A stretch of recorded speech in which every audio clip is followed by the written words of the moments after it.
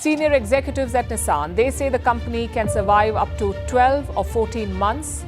It needs to find a major investor by then. If not, Nissan could go bankrupt.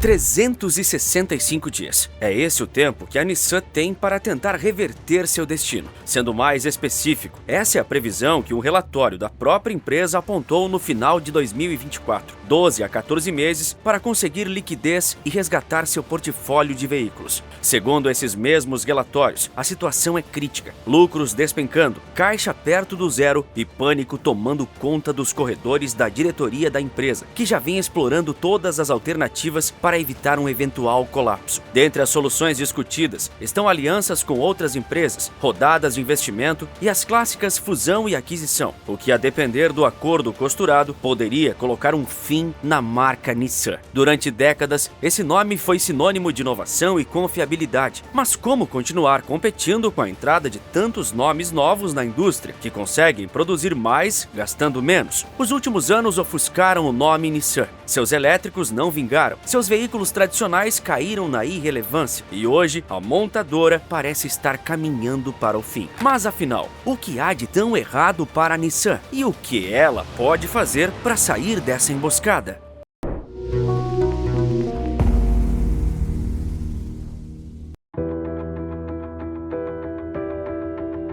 Embora as vendas do mercado global de automóveis tenham crescido em 2% no primeiro semestre de 2024, a Nissan foi na contramão do mundo, encolhendo em 1,6%. E se esse resultado já parece ruim o suficiente, a situação fica ainda pior quando analisados alguns mercados-chave, como o chinês, onde essa mesma redução foi de 12,2% ao longo de todo o ano de 2024, ou ainda no americano, onde ainda durante a pandemia as vendas caíram 34% e nunca retornaram ao patamar pré-crise. Os anos de Covid trouxeram problemas para todo mundo. No caso da indústria automobilística, foi escassez de chips, matérias-primas e veículos. No caso da Nissan, não houve uma mudança na direção tomada pela empresa. Ela continuou apostando no que já vinha fazendo. E isso explica o porquê de ter ficado para trás. Quem se adaptou à nova realidade começou a ganhar muito dinheiro. A Nissan começou a perder. Isso ocorre porque o pós-pandemia foi marcado pela chegada dos carros chineses no mercado, tanto interno quanto global, e isso afetou demais a Nissan. O mercado chinês, com seus mais de 1 bilhão de consumidores, não pode ser ignorado. É muita gente e uma classe média em ascensão à vida por consumo. Antes, marcas japonesas e coreanas reinavam absolutas dentro da China, mas a concorrência interna finalmente conseguiu alcançar, e hoje os chineses não querem mais comprar carros de marcas estrangeiras, já que a qualidade é equiparável e os preços muito menores. Outras marcas como Volkswagen, Toyota e Hyundai também sofreram esse baque na demanda, mas, novamente, a Nissan foi a maior afetada. Diferente de suas rivais, dá para afirmar com certa segurança que a Nissan é a mais atrasada no quesito eletrificação. Mais da metade dos carros vendidos na China são elétricos ou híbridos, e por não oferecer opções de renome nesses setores, a Nissan acabou sendo excluída do leque de opções do consumidor chinês. E o mais bizarro disso é que há 10, 15 anos, a Nissan era líder global no segmento de elétricos. O Leaf, lançado em 2010, é frequentemente referido como o primeiro veículo elétrico de mercado de massa de todo o mundo. Ele foi pensado para ser produzido em larga escala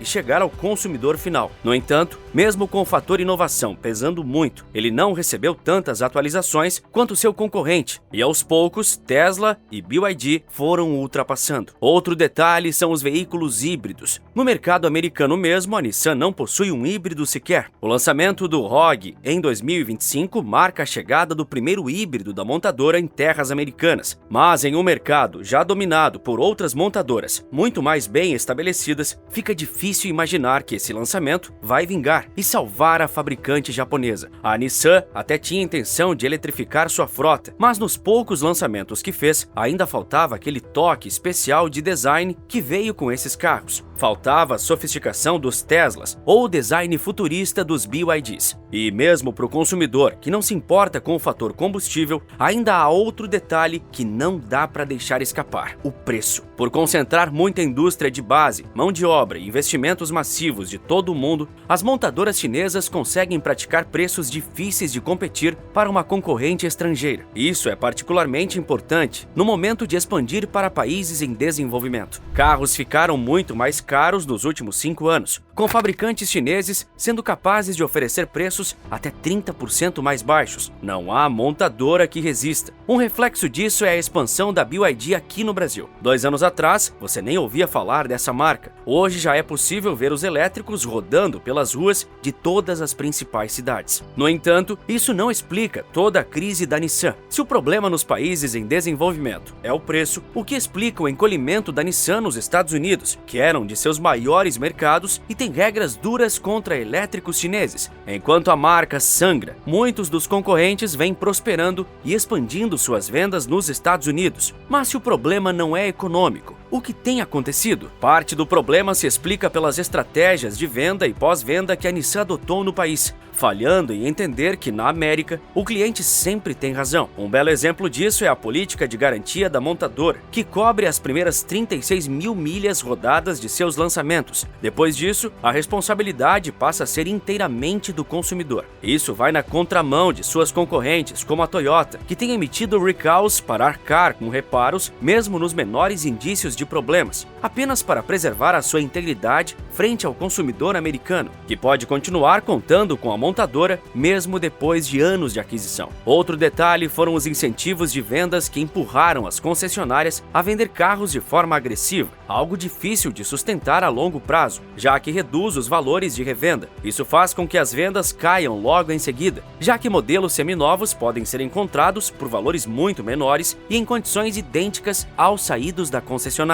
Já se especulava há anos que a Nissan podia estar mal das pernas, mas quando os resultados finalmente saíram, se descobriu que a situação é muito mais grave do que se pensava. Mas então, o que é que a Nissan pode fazer para tentar salvar seu portfólio?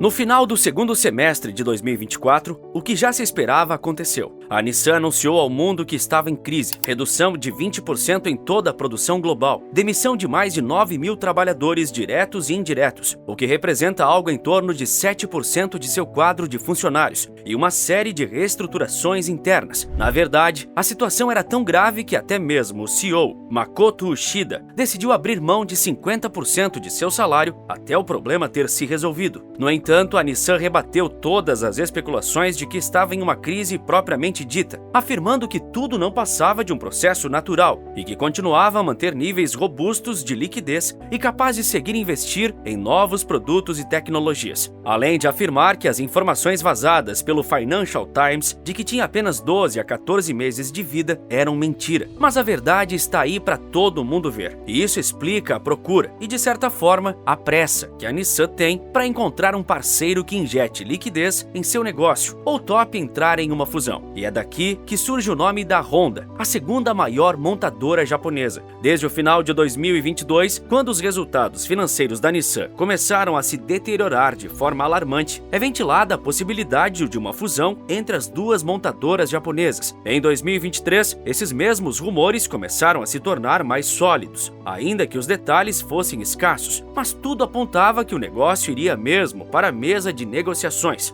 E caso isso acontecesse mesmo, não seria uma fusão qualquer, mas sim um acordo que criaria a terceira maior montadora do mundo, com uma participação no mercado que rivalizaria com a Toyota e a Hyundai. Mas nem tudo são flores, e no início de 2025 a relação entre Nissan e Honda azedou. Segundo informações internas, a Honda teria ficado frustrada com a velocidade da reestruturação da Nissan e com a profundidade dos problemas financeiros, que foram se agravando cada vez mais conforme essas conversas progrediam. Em determinado momento, por conta dos maiores encargos que teria que lidar, a Honda exigiu que a Nissan se transformasse em uma subsidiária integral e não em uma holding com relações de igualdade, onde ambas teriam 50% da marca e ativos da Nissan, o que acabou fazendo as negociações esbarrarem. Uchida, CEO da Nissan, que sempre foi um dos grandes defensores dessa fusão, agora enfrenta a pressão do conselho e da parceira Renault, que detém uma participação significativa da Nissan, para deixar o comando da companhia, principalmente após o fracasso nas negociações com a Honda, que devem ser retomadas com a saída do executivo. E prevendo o pior, no caso de a Honda deixar completamente a mesa de negociação, a Nissan já começou a buscar outros parceiros.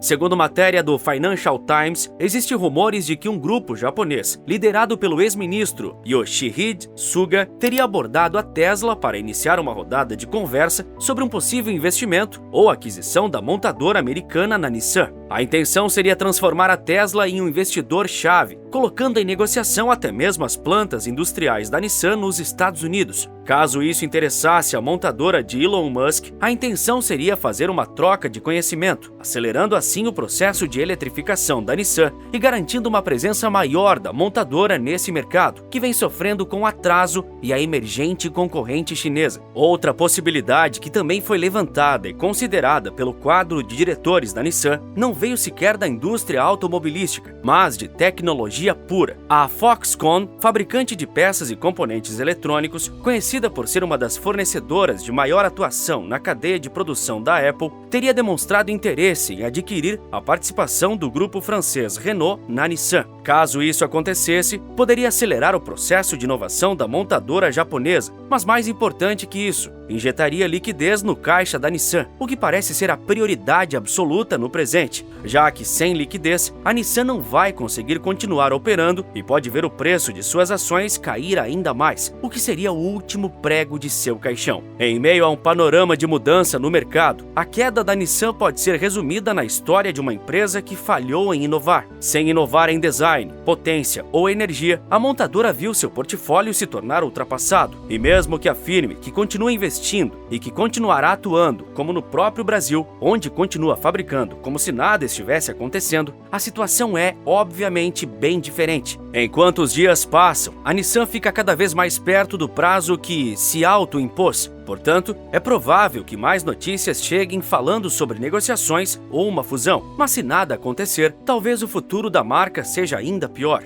Em um mercado em constante mudança e com tantas particularidades como o de automóveis, a Nissan se ancorou na lembrança de ser uma marca de confiança japonesa. Mas se teve uma coisa que o consumidor do mundo todo vem mostrando nos últimos anos, é que procura o melhor negócio. E isso a Nissan já deixou de ser há muito tempo. Agora quer saber como um governo que teve uma arrecadação recorde não conseguiu deixar as contas no azul? É o que te conto no vídeo que aparece agora na sua tela. Por esse vídeo é isso. Um forte abraço e bons negócios!